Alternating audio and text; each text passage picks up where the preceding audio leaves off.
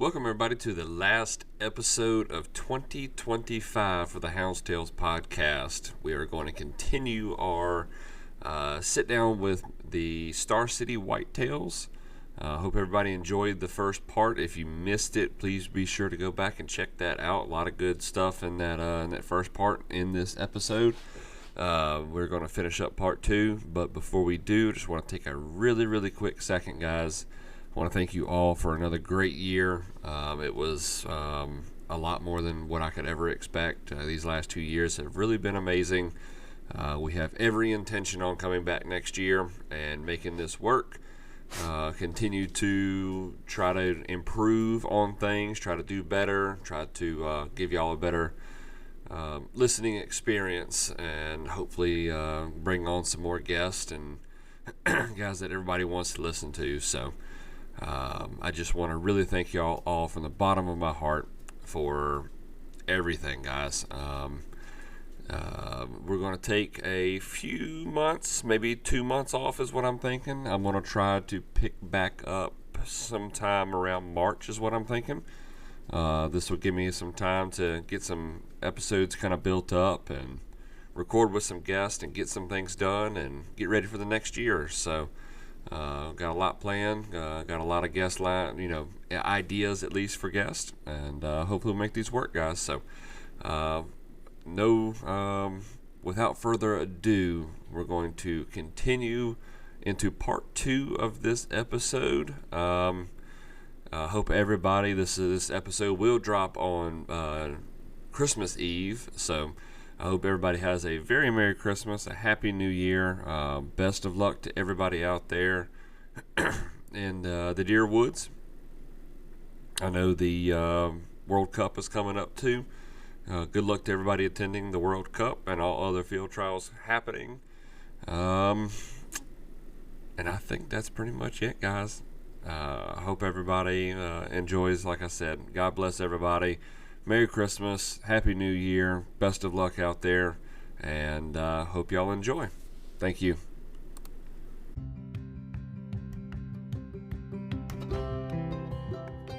Welcome everybody to the Houndsmen podcast. This is your home for field trialing and deer dog hunting. It'll be stories and discussions on the world of dog hunting. So let's drop the gate, cast your hounds, and get ready for another episode of the Houndsmen podcast.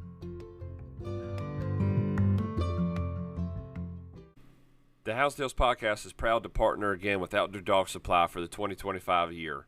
Outdoor Dog Supply is the leader in online garment sales with their world-class trade-in programs. The guys are not just a business, they're houndsmen and women too.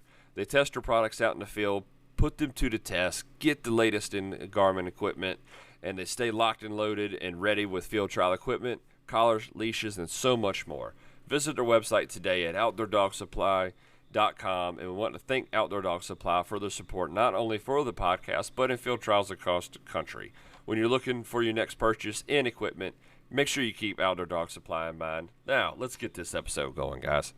Virginia has started coming around to be the quote-unquote hidden gem of deer hunting. Everybody talks about the big Iowa deer and the big Midwestern deer, and, Virginia's producing some massive bucks. And your page does a great job of representing that. And I'm sure that you're catching a lot of slack. We'll get into that, I'm sure, a little bit, But I love that your page has promoted Virginia to be, hey, look, we're not just some little state of producing little bucks. We're not producing these 160-pound bucks with 16-inch racks and calling them monsters. Not that there's anything wrong with that, but what's your thoughts on why Virginia is producing such big bucks? Do you think it's environment? Do you think it's what do you think it is that's producing these massive bucks up here? Well, I think people focus on my page. Right. Then secondly, they focus, as do I, on a big buck. Right. We all are, there isn't anyone on the page who doesn't want to see a big buck. Of course. But if we look through it, and if I laid it all out to every big buck, there's 50. Yeah. You know, does, there's 50. 4-pointers, there's 50. Right. Basket 6 racks and Yep. 8s. And so, but I think that my page has become synonymous with big Virginia bucks. Right. And that's okay. Yeah, But yeah, yeah. really, it's we're looking at it because we want to look at it that way. Really, Right. But and that really wasn't your question, but I kind of wanted to put it into perspective. Yeah. They're never typically going to grow like your Iowas and your Missouris, and because it's all about the soil, really, anyway. You know, and the genetics. But what has made Virginia become a little more spotlighted is, I think, the discipline in which people have had. I am a mature buck hunter. Right. I don't ever preach or teach that on the page. Yeah, I never want someone to point me out that way, because that you shouldn't be. Right. Because we do have everyone on this page, kids starting out, older folks, or someone like myself that doesn't care about shooting a big buck. They want to get out there and experience and shoot what makes them happy, which at the end of the day, that's what everyone should do. That's the motto of the page always. Shoot what makes you happy. But this is what has gotten those big bucks on the page, is they didn't shoot the good bucks. They wait, because if you want to shoot a great one, don't shoot good ones. Right. You know? Right. And everybody, well, I shouldn't say everybody knows what that is. I think it's I call it a graduation system. Right. And not everybody graduates into it because they don't want to. I always have, and for a long time now. I just don't pull the trigger unless, and I know when I see it, whether I'm going to or not, but I need to see it. Not on trail cam. I mean, if I see a 200-inch deer on trail camera, of course, it's going to relay really good in the live. But there are deer that and if I see it though, when Jeff sees it, Jeff knows. Like that, whether I'm going to or not. And I am just fine with letting those, as I would consider, because it's still in everyone's eye of the beholder. Right. The good ones, I'm good with letting go. I am. Right. And I think that's what, there's no doubt that's what makes any place a favorable place to grow big deer, is letting the good ones get there. Right. And have an opportunity. So I think that Virginia, a lot of deer hunters are more selective. And there's no real, it's whatever floats your boat. That's right. I do get tired of hearing the excuses of, well, if I let him go, the neighbor's going to do it. Or I got to get, it's all about the freezer. Well, you got does. Shoot the does. If it's all about the freezer, then don't worry about stuff with horns. That's right. Can't eat the horns, that's what, all that jazz. All that jazz. I'm guilty of that one. I am guilty of that one. well, and at the end of the day, honestly, shoot what makes you happy. That's right. Because that makes all of us happy. We're going to celebrate it on the page. I'm very interested in celebrating a 60-year-old dude's doe. I am totally, because he sent it. He wants it on there. He's proud. And I want him to be on there. And but you ask what about Virginia? Is it a destination place? I'm not so sure. I'm not so sure. People talk about it, and not for 1 second do I hold myself or my page accountable for people saying, "Well, you're letting the cat out of the bag." Hey, technology lets the cat out of the bag. Right. There ain't no cat in the bag. These days, there's no cat in the bag. This isn't the 60s and the 70s and the 80s. And there wasn't technology. Technology is such, and all of you see it everywhere, just like you're watching this. When you watch this podcast, there's a million others, and there's there's everywhere to go to see big deer. I just think that people like the page. And when they shoot a really nice deer, they want to share it on my page. But there's just as many, not just as many, but there's a pretty large percent of Virginia hunters in some of these clubs down east. You can't get in the club and have I mean, I guess you could have a Facebook, but you cannot. One of the rules of the club is you cannot share the deer on Facebook. Yep. You cannot take it to the shows. Right. You are to mount it in your living room, and that's where other than that, shut your mouth. Yep. And you're part of the club. You know, there's plenty of that. So I would love to go into some of those living rooms and talk them into letting us share it. I've always thought that sharing it, there's no problem sharing it. Yeah. If you think it's a problem sharing it, then simply don't share it. Yeah, if you're so freaked out, to think that people are going to be hunting at your doorstep, maybe so. But and I'm sure you catch lots of slack on that. You know, I'd hate to see and hear some of the messages that you probably get on this whole, you know, the guys that do want a trophy hunt in Virginia, you know, that are, you know, locals, and they want to say, hey, you know, I don't need, you know, Billy Bob from, you know, Idaho trying to come over here and get a 3-day stamp and try to come get these deer, you know. I'm sure I don't get any of that. I've never had anybody, you know, That's good. Tiny talk here and there, but no one.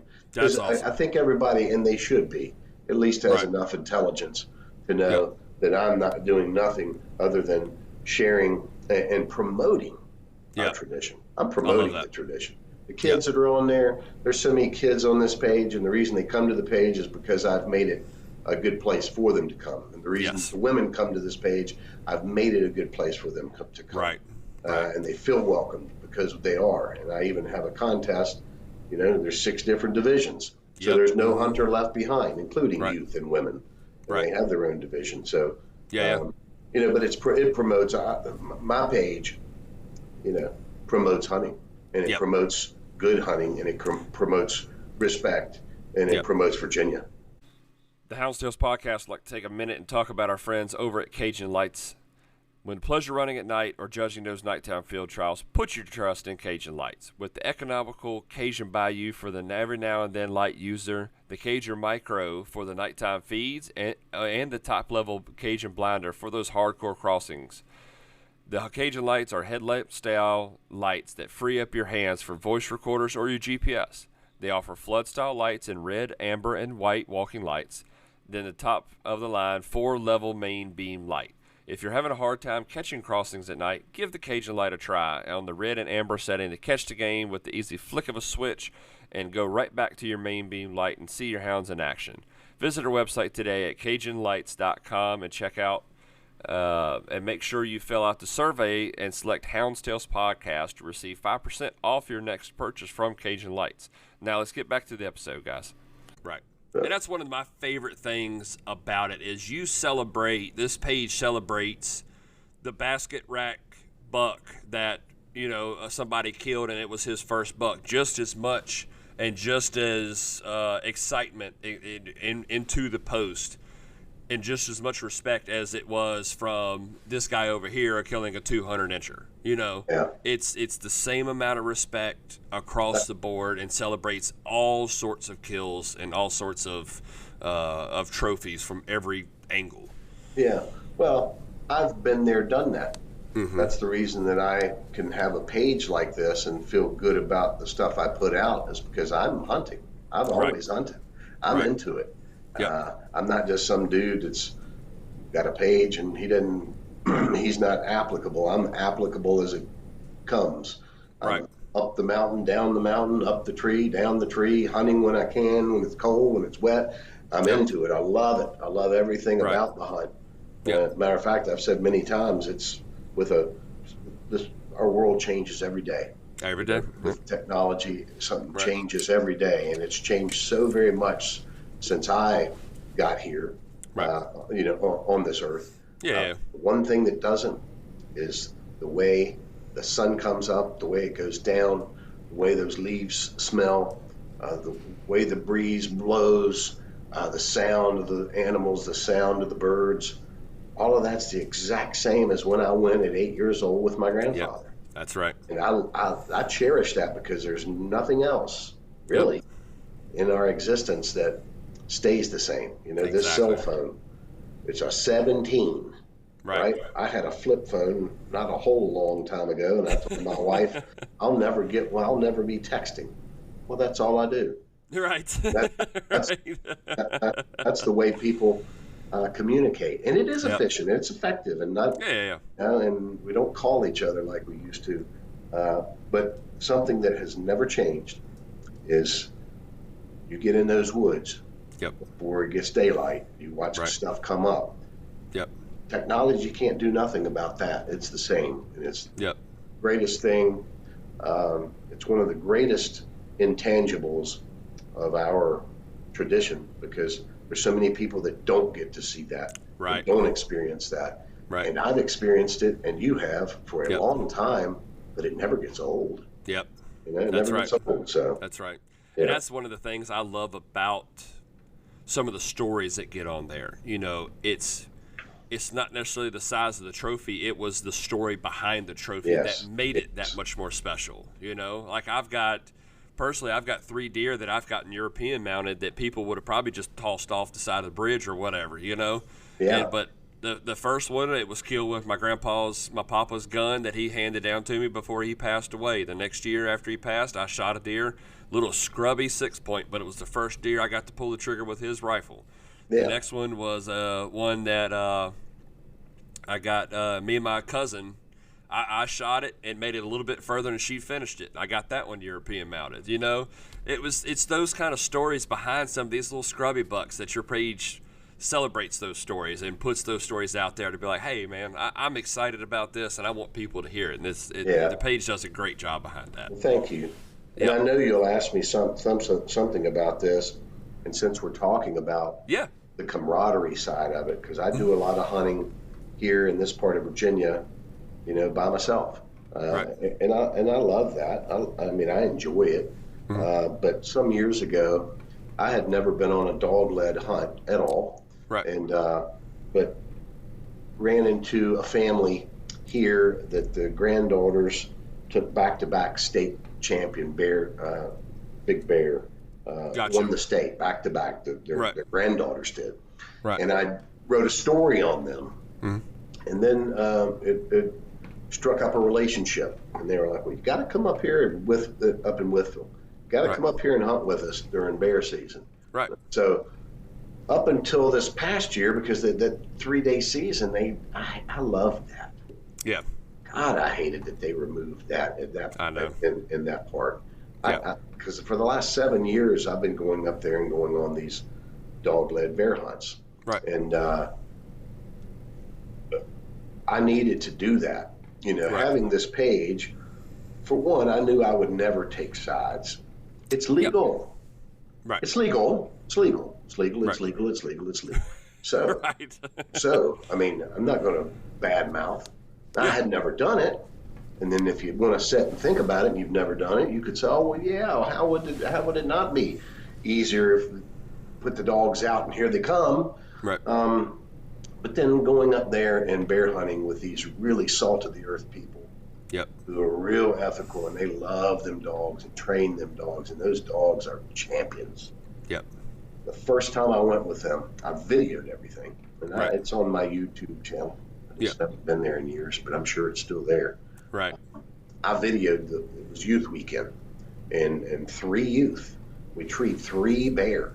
I had not seen 3 bear in the whole, at that time, 45 years of hunting. I had not seen 3 bear. We saw 3 bear, you know, up the tree, close where I'm looking at it and videoing it, and, you know, and you recognize the camaraderie.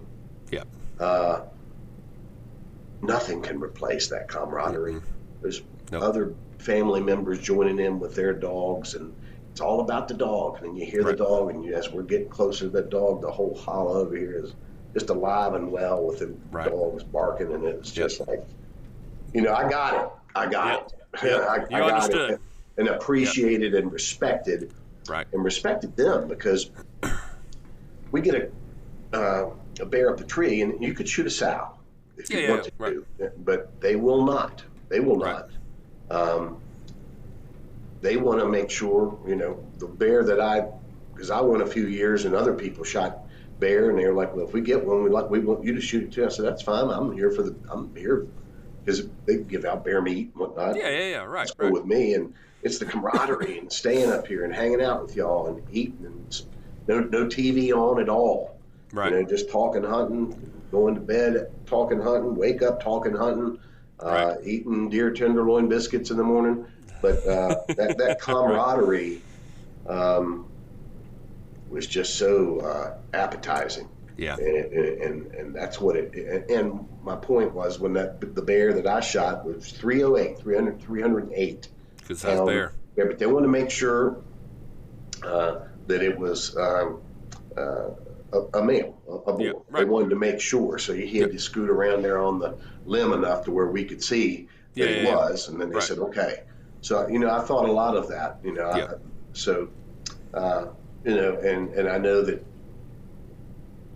I haven't been on a dog-led deer hunt. I've been invited, but I get to hunting here, and but I need to. It's on my bucket list, and I want to go, and I need to, and I want to see how it all goes down, and I know how it goes down. I just haven't been on one. Right. Yeah. I have never had, and I certainly don't have any problem with with dog hunting, because of the thing that I said a minute ago 10 times, legal. Yes. And it's a tradition. Right. If you grew up where you're at, Campbell County, all the way to the beach. Yep. It's legal to do it. That's what people do. They're into it. I totally get it. I love it. I'm all for it. All for it. That.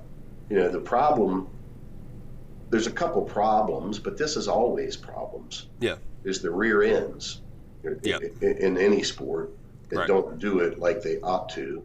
Yes, and I would imagine over the years, over the decades, there's less land to hunt. Yeah, it is. It's dwindling down fast. There's less land to hunt. It used to be, Miss Smith lets us do it, and Mr. Brown, we got thousands of acres here. We just run the dogs, and everybody's good, and everybody's fine. Yep. It ain't like that anymore. Nope. So what you got to do as a dog hunter is just apply some common sense and apply some respect.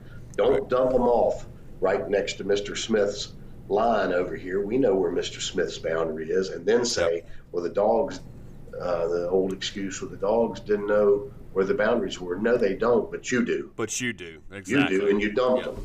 Right. Don't do that. Yep. And if they end up over there, you go ask permission to come on it. And a lot of these people, and you ought to go and introduce yourself prior to the season. Exactly. Coming in and say, hey, we hunt in this area, and once in a while, I just wanted to let you. That goes so far, as opposed to walking up the driveway with a gun and, what are y'all doing? Looking for my dog. I mean, that's just not that cool. Yep. It might be that you are, but it could have been done different ways. Yes. And yes, the dog will get away. Those dogs got away, and we had to go find them and round them up. Yeah. But they knew all those landowners from the years of doing it, and they always made it a case to introduce themselves and do the right thing. Yep. Because if you want to end dog hunting, keep doing the wrong thing. It ain't. Right. It's probably closer than it ever has been. And I say this only not that I have any insight. Right. But it's probably closer now to not being continued to be allowed than it ever has been. I agree. It's only because of those things I just touched on. Yeah. It's pretty simple. You do the right thing. You drop them off in the right places. You go prior to the season when you're getting those dogs in shape in the summer, and say something to landowners. Yeah. Introduce yourself. They may not want you on their land. Right. And you just want them to know that you have no intent of going on their land. Right. But if for some reason, I just wanted you to know that and if you wouldn't mind, maybe grab your phone number, and when we're going out or around this area, I'll just shoot you a text just so you know. Yep. Or that'd be the way for me to get in touch with you instead of walking up the driveway. Right. Stuff like that. Yeah, absolutely. It's pretty simple. Could not agree more. It's, we were really close last year on losing everything. It was a really close battle, and it was really close. And the fight is going to continue until the end of it. Honestly, whenever that time does come. Well, from a hunter's perspective, I hope that it never comes to an end. Yeah. Because I can't imagine the time that's put into it. Not only that, the years under these families' belts of the camaraderie.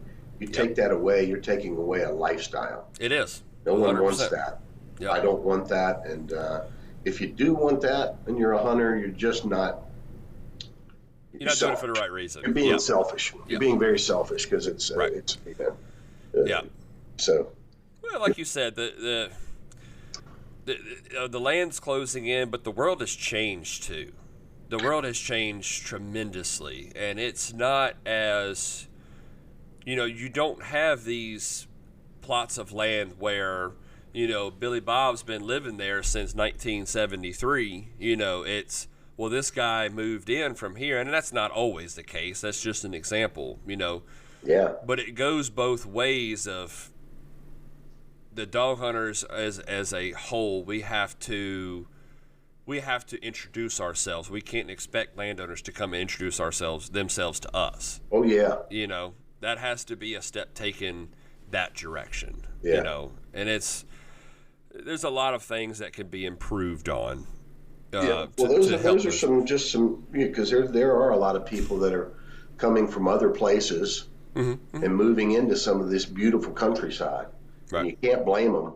Right. Can't blame them. They're down here for the right reason. They're not down here to be a problem. They're down here though to really enjoy that stuff. And when people have grown up on these properties, not that they don't love and appreciate it, we all take just a little bit for granted of some of the stuff we've had at our disposal for years. And these people are moving from places where big cities, and this is wonderful, but they're very interested in not having trespassers. Yeah. And they're very interested in probably not a pack of dogs running through there. And they might not, and a lot of them don't even hunt. It used to be if you lived out, you hunted.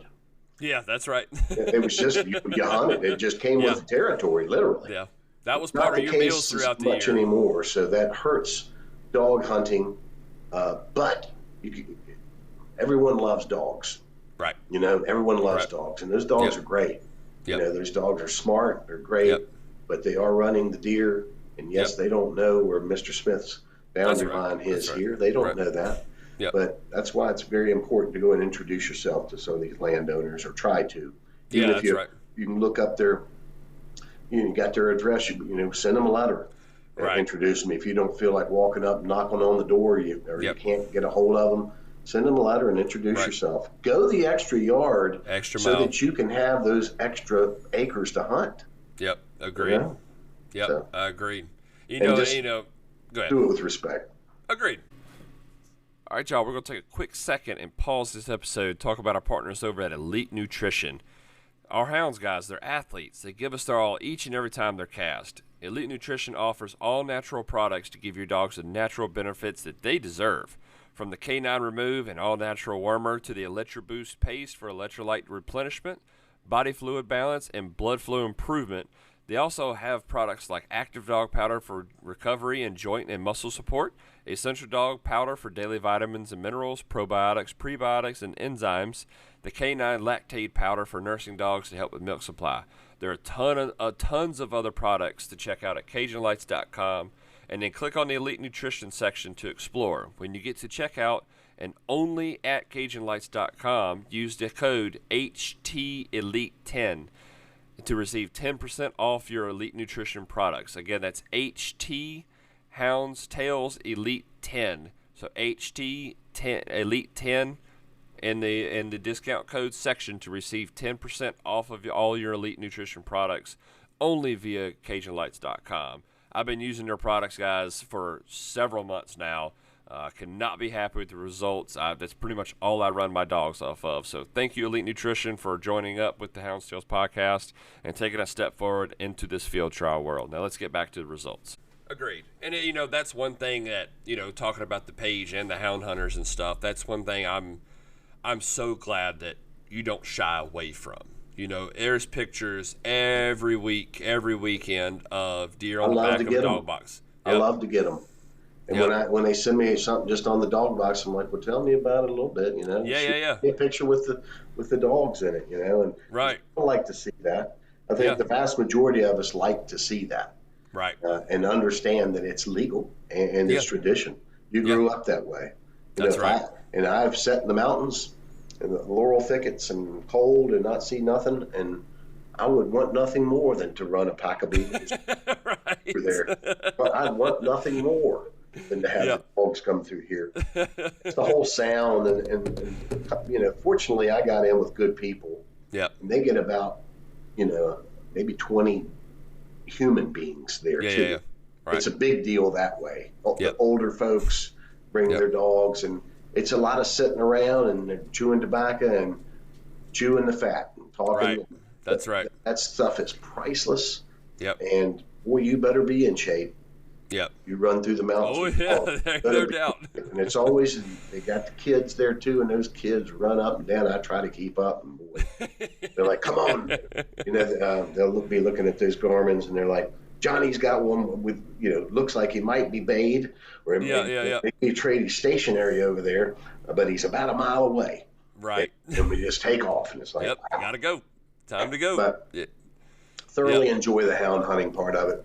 And it's like everything else. And it's, even if you were still hunting, I sell land for a living with whitetail properties. And you wouldn't believe, going on these properties where the owner hasn't been there in decades. They live in another state. They inherited it. They're ready to sell it. Absolutely, there's deer stands on the thing. Oh, yeah. They didn't give permission. Right. People know that those people aren't frequenting it. It's there. just on the other, they hunt right up here. So that's the same thing with still hunting. Yeah. I mean, have some respect. Reach out to these people. If you want to hunt their land, wouldn't you feel? I know I would. I wouldn't want to be up a tree stand, and then here someone comes. I'm up here now. Stand. It's pretty. I'm not going to be able to get out of here.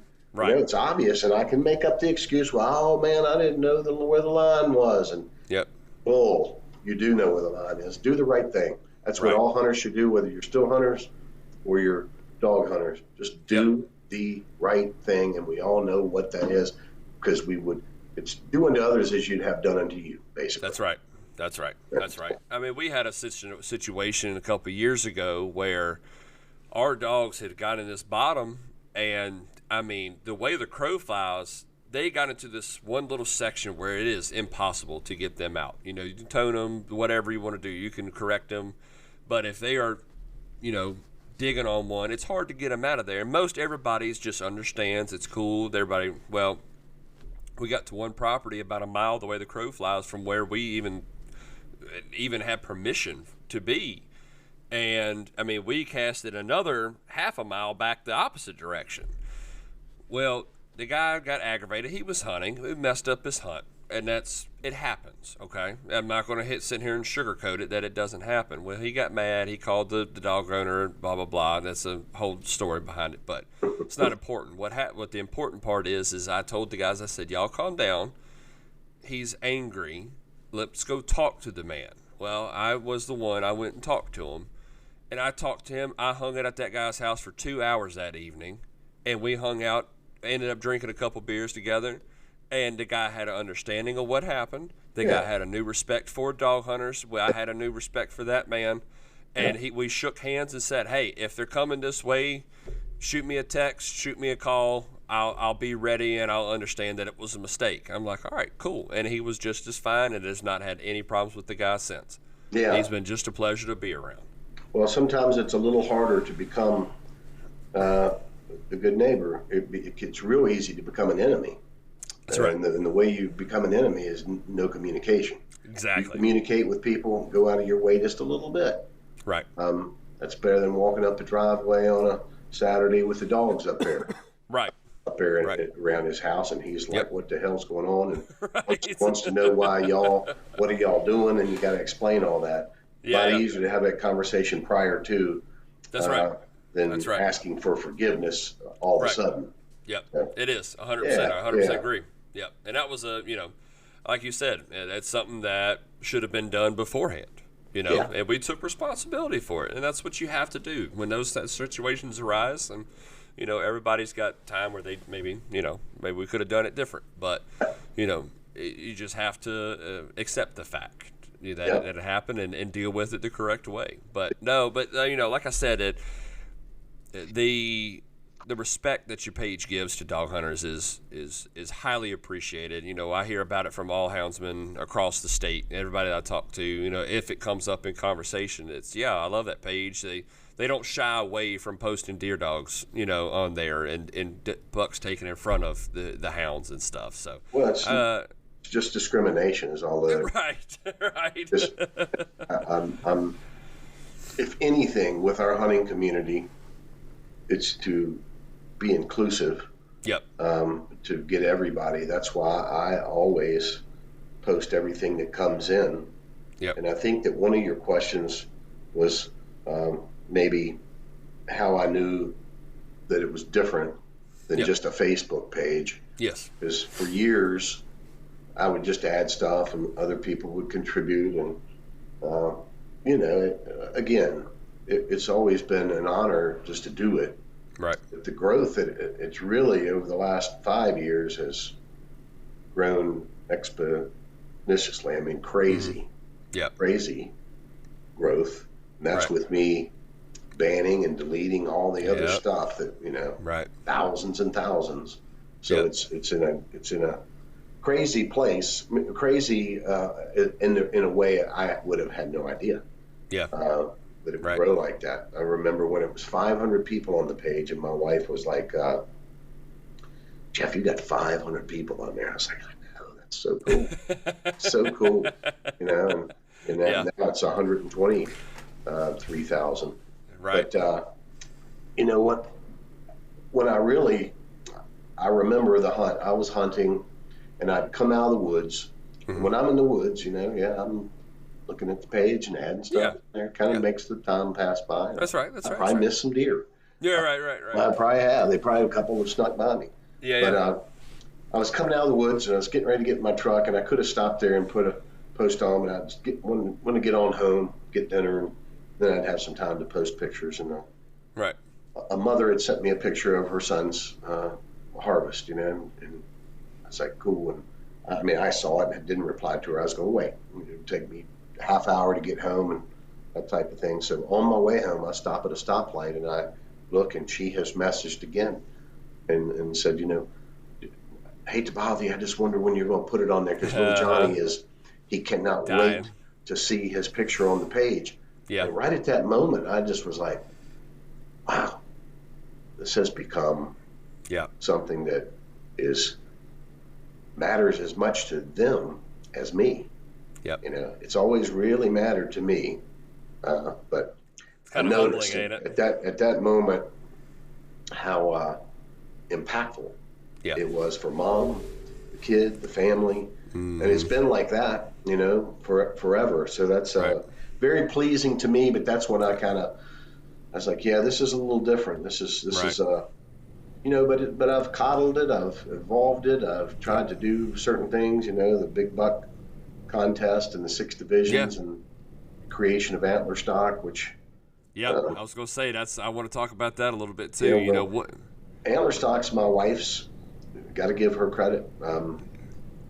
I'd have these big buck contests every year, right? And so many generous people donating prizes and different things, and then I'd have at that point 5 divisions and top 3 winners of each division. That's 15 people that you got to meet. And I didn't just want to go to the post office and mail stuff. I really wanted to meet these people, shake hands, introduce ourselves, get pictures, but make it a little bit more, you know, more than just, hey, that Jeff guy, I saw him, he mailed us, you know, gifts. And that would have been cool enough, but I really wanted to meet people. I was going out of my way, and they were going out of their way. And my wife was like, gosh, this is, you know, I was like, well, someone's coming over to the house at 1 and someone's coming at 3. And then I got to go to, and she was like, why don't you just have a banquet? And I had never thought about it. I was like, oh, wow. But then I was like, okay, well, where would I do it? What would be the overhead? And what would be this and that? Things, again, organically fell into place, knowing people offering up farms to have it on. So antler stock ultimately was a way in which my winners of that contest could all show up and be acknowledged. And then I was like, well, if they want to bring their loved ones, then maybe there's 60 people there. Guess who else would probably like to be here? Other people. So started. Then I was like, well, if people are going to come, let's make this into something different than any other show or event in Virginia. Let's have them bring not only the bucks from last year, but all these other folks that have killed bucks throughout. When you go to like the Virginia show, there's the historical division, but I mean, some people are going to bring the deer and some aren't. But if I really promoted them bringing these deer from yesteryear and other people to bring it and get it scored, Buckmaster score, which to me is the best score because it's internationally accepted, and there's a gross, and that's all there is to it, and that really is all there is to it. God gave the animal the gift to grow it. Right. Measure what God gave it, and don't take anything away from it. Right. And a net, what are you talking about, a net? That's where humans start getting involved too much. That's where we're overthinking it, that I've got to somehow find a way to really disqualify the animal in some way, that because he grew it this way or has two main beams. Measure them all. He grew it out of his head. He grew it in just a short period of time. It's amazing. So anyway, that Buckmaster score, they can come and get it scored. I'll have, there'll be at least 6 scorers at Antler Stock this year. Wow. And this will be I want to make sure, I think it's the 4th one. That's awesome. And we're having it at a different venue. The venue where we've had it in Floyd's been wonderful. Right. Wonderful, but the parking, and we were limited to the parking and how many people can come, and it sold out so quickly last year, and people got upset. And I don't blame them, but there wasn't anything I could do. And at the same time, I wasn't ready to have an event that I might not be able to manage, because I want people, if they're going to come and spend $25 to come, that you want to have, they want them to have a good time. That's right. Want them to have a real good time. So anyway, Antler Stock's going to be at the Simmons auction area in Bedford this year. Okay. A lot more to come. It'll be on my page and stuff, but tickets will go on sale March 1, just like they did last year, and I'll start that at either 8 or 9 o'clock in the morning.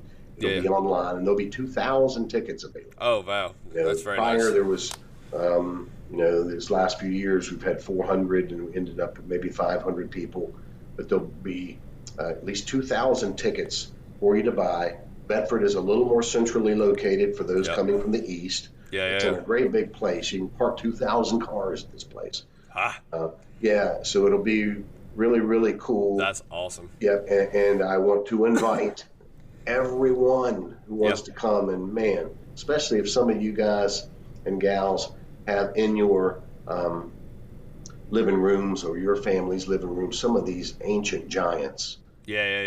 Love to have them at the show. That's awesome. Come up, dust them off, and let's get this relived with the hunter if they're still alive, or at least the deer, and people love to see that type of thing. And, absolutely. And the biggest bucks of Virginia, I always say this, that you're going to have an opportunity to see the biggest bucks in Virginia at one time at one place, and you'd never have that same opportunity again in your life unless you come next year to Antler Stock. But I love it. So what what's the date? You got a date set for it? Yes, thanks for asking that. Yes, sir. July 18th. Gotcha. July 18th, 2026. It's a Saturday. So all you've got to do is, if you've killed a deer, or maybe you kill one or a big buck here in the next couple of weeks, just tell your taxidermist you're coming. They'll make sure they get it done for you. Because the good people that run the Virginia show and have for almost century. Great people. That VPSA is just stuffed with great people. And theirs is 2 weeks later. So I really would have rather had it the next weekend. I like to give that 2-week buffer out of respect for the Virginia show and for me. So that if you do go to the Virginia show, you don't have to just turn around the next weekend. Somewhere else. And with mine, it's one day. So, you know, if you want to come and get a place in Bedford or Airbnb down at Smith Mountain Lake, which is real close, or anywhere in Roanoke. Roanoke's a great area, and it's fun to stay overnight. But you don't got Lynchburg have to. right on the door. You don't have to. Yep. You don't have to stay overnight. That's right. You can go back home that evening. And Hammerville is the bluegrass band. Very nice. As good as it comes. Fantastic. Yep. We're going to have vendors. The last year we had just a few vendors. Going to have a number of vendors. And if you listen to this and you are in Virginia and you would like to be a vendor, contact me, because I'm going to be looking to add some vendors, and you won't have another vendor there in competition with what you're selling. I'll never do that. That's there awesome. Won't be two duck callers. There won't be two turkey callers, or I want all of the vendors to be unique, so it can provide a unique situation for them and a better one for the folks as well that are attending. So. I like that. I respect that a lot. The Hounds podcast is proud to announce our newest partnership with Dog Tight. Y'all watching on video, check out the hat. Be sure to check out dogtight.com, and if when you are there, use our discount code HoundsTales15. That's HoundsTales, Tales, and the number 15 to get a 15% discount on any of your apparel that you get from dogtight.com. I'm sure y'all recognize the name, the Dog Tight song. Carson Robertson and Dog Tight clothing line has jumped on board with the podcast, and we are very, very excited to see where this takes us. So be sure, if you're looking for Dog Tight apparel, hats, hoodies, shirts, check them out, dogtight.com, and use our discount code HoundsTales15 at checkout to get 15%. All right, guys, let's get back to the episode. Yeah. That's awesome. That's awesome. But that's how antler stock came around, because of my wife, Tanya. She I love that. And it wasn't even antler stock. It was just a banquet. I started calling it antler stock because then it became where people are bringing, going to be a lot of antlers there. Right. So it made sense. And I was almost not going to do it this year just because of my business with Whitetail Properties has been fantastic, and I've been very busy.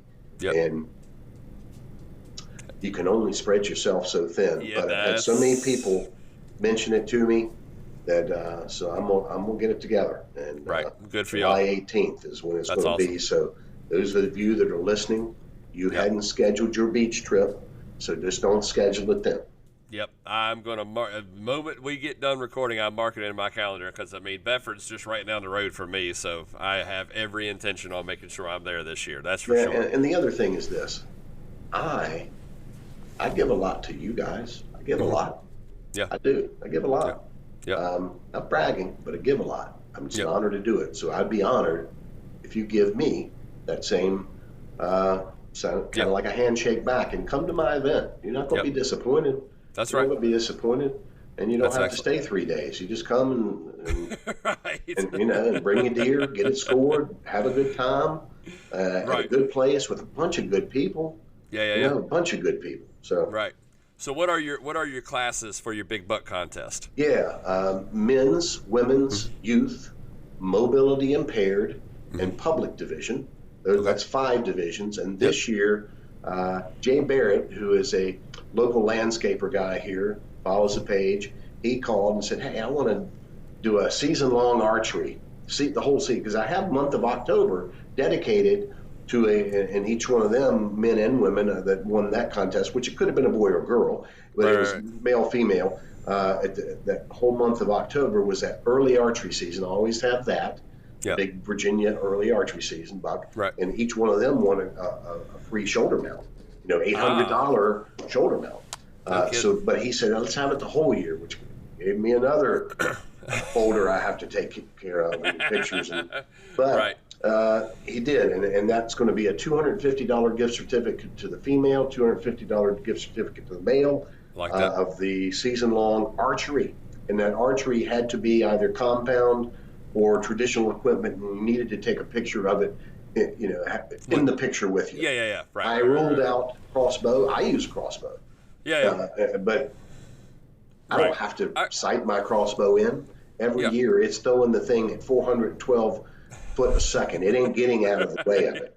And I got a scope on it with a red dot, and it shoots right where it did last year. So it's, is there skill involved? There's skill involved with getting up into a tree stand. But as far as shooting something, I would be.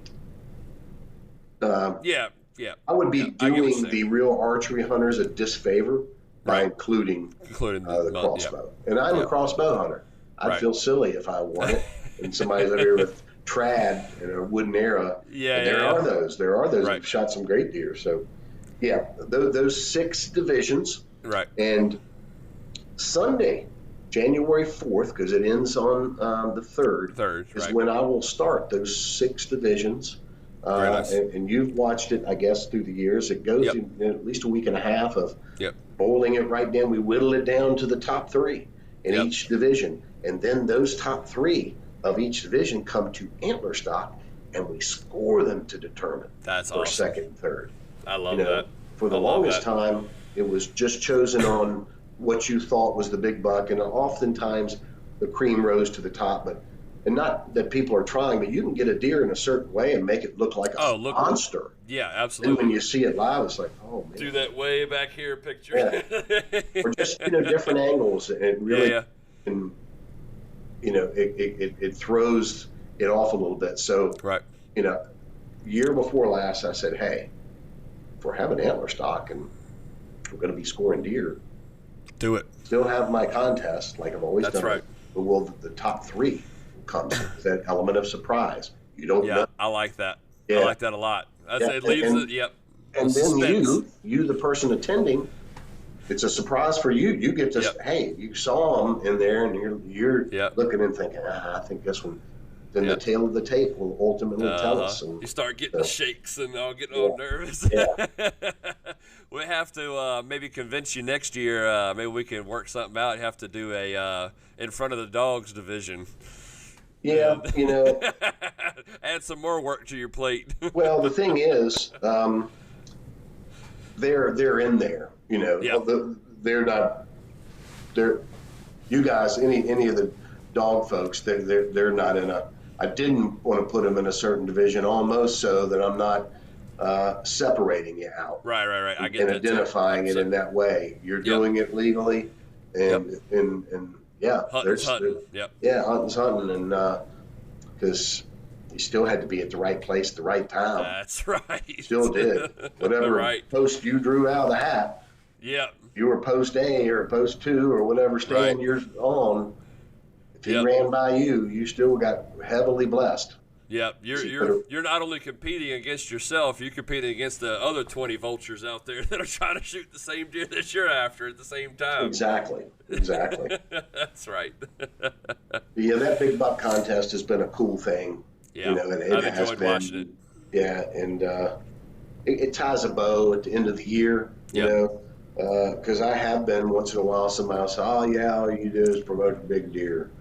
No, that's just because you're watching it. And like I said, people, if they see enough of it, all they're paying attention to sometimes are the big ones. But there's a lot of people that pay attention to every post and say something every post.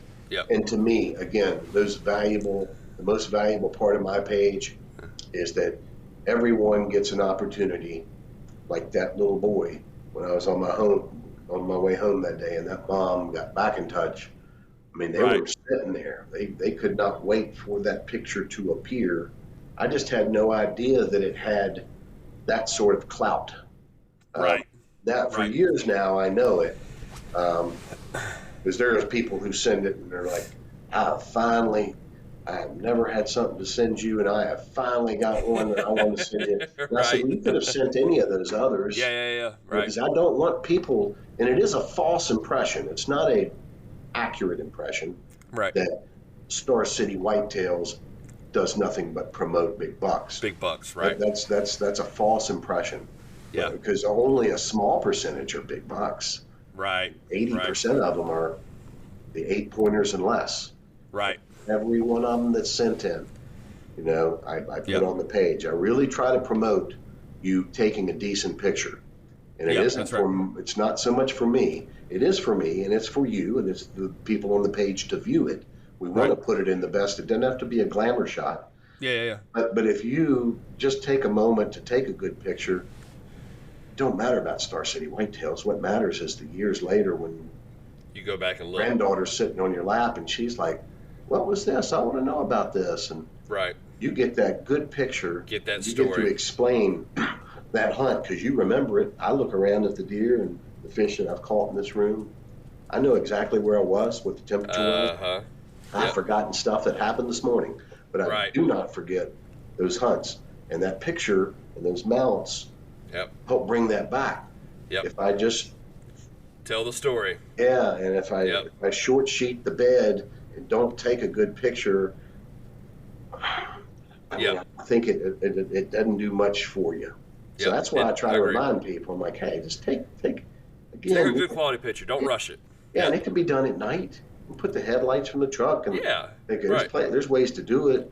There's great ways to do it, even when the deer is hung up back. You know, not blood everywhere, but get the head up. The head up. That's a cool picture. Tailgate pictures are cool with me. As long as it's not the trash bag's not in there behind you. And the Mountain Dew. Pile full of beer cans.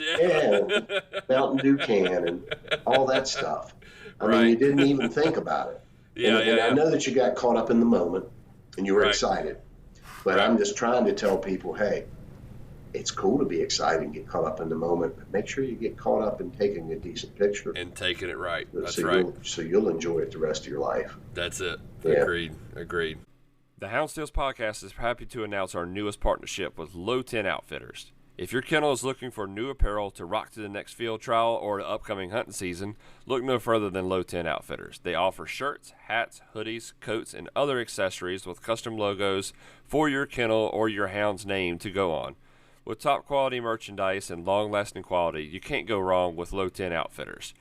Now we are offering Houndstales podcast apparel on their website at low10outfitters.com. Be on the lookout, guys. It's there. Go purchase it. We're live, guys. Go in, go purchase it. low10outfitters.com. Click on the Houndstales section for your Houndstales apparel and the Houndstales Pin Series apparel. So thank you so much for Low 10 Outfitters for teaming up with the Houndstales podcast. Now let's get you back to the rest of your episode. Well, man, I've thoroughly enjoyed this. I think we've hit a lot of our talking points, brother. Before we end this thing up, is there any last-minute shout-outs or recognition that you want to send out to there while you're on here, brother? Sure. The Virginia hunting community. Thank you from the bottom of my heart. You've made the page what it is. I'm just a conductor. If the conductor doesn't have something to conduct, nothing going on. You guys have given me the material to work with, and fortunately I've been able to spin it in a good way that works for all of us. I really try to do that. But I really thank people like you too, brother, that take time to get me on, to get me on a podcast and want to know about the page. And but it's the support. Those who have supported me, I love you. I appreciate it. Absolutely. I like that. Ton of respect for that. That's the shout out.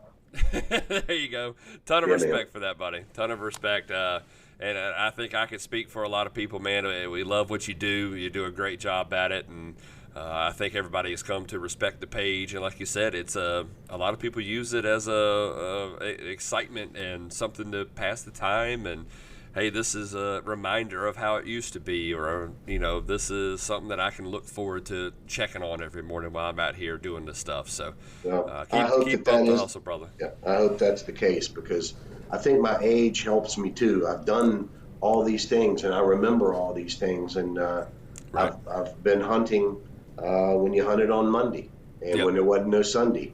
And when there was, I've seen a lot of hunting. So I try to bring that. I try to make it a family-oriented thing, but I do appreciate the support. Yes, sir. Absolutely. Well, man, that's been fun. I've thoroughly enjoyed this, man. It really has been a good time.